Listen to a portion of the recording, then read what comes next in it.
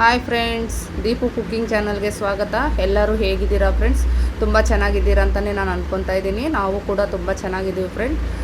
ನನಗೆ ಟೀ ಕುಡಿಬೇಕು ಅನ್ನಿಸ್ತು, ಅದಕ್ಕೆ ಟೀ ಮಾಡ್ತಾಯಿದ್ದೀನಿ ನೋಡಿ ಫ್ರೆಂಡ್ಸ್. ಅದೇ ಥರ ನಾನು ಯೂಟ್ಯೂಬ್ ಬಗ್ಗೆಯಿಂದ ನಾನು ನಿಮ್ಮ ಹತ್ರ ಸ್ವಲ್ಪ ಶೇರ್ ಮಾಡ್ಕೊಳ್ಳೋಣ ಅಂತ ನಾನು ಈ ವಿಡಿಯೋನ ಮಾಡ್ತಾಯಿದ್ದೀನಿ ಫ್ರೆಂಡ್ಸ್.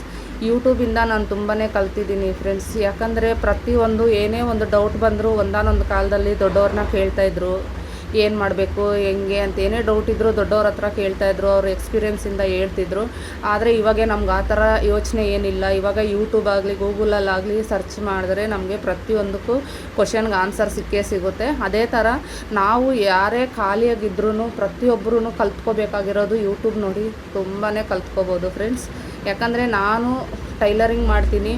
5 ವರ್ಷದಿಂದ ನಾನು ಬೆಂಗಳೂರಲ್ಲಿ ಟೈಲರಿಂಗ್ ಶಾಪ್ನ ನಡೆಸ್ತಾ ಇದ್ದೀನಿ. ಪ್ರತಿಯೊಂದು ಟೈಲರಿಂಗು ನಾನು ಕಲ್ತಿರೋದೆಲ್ಲ ಯೂಟ್ಯೂಬಲ್ಲಿ ನೋಡೇ ಫ್ರೆಂಡ್ಸ್. ನಾನು ಯೂಟ್ಯೂಬಲ್ಲಿ ನೋಡಿ ಪ್ರತಿಯೊಂದು ಕಲ್ತಿದ್ದೀನಿ.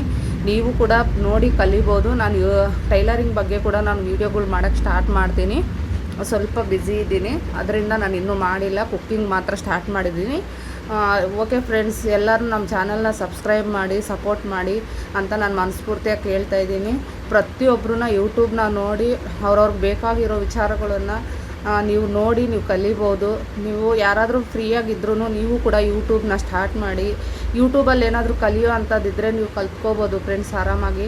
ನಮಗೆ ತುಂಬ ಹೆಲ್ಪ್ ಆಗುತ್ತೆ. ಯೂಟ್ಯೂಬ್ಗೆ ಮಾತ್ರ ಕೃತಜ್ಞತೆ ಅನ್ನೋದು ನಾನು ಯಾವತ್ತೂ ಮರೆಯಲ್ಲ.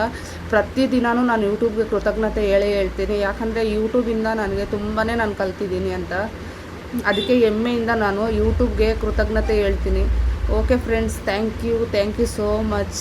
Okay, bye friends.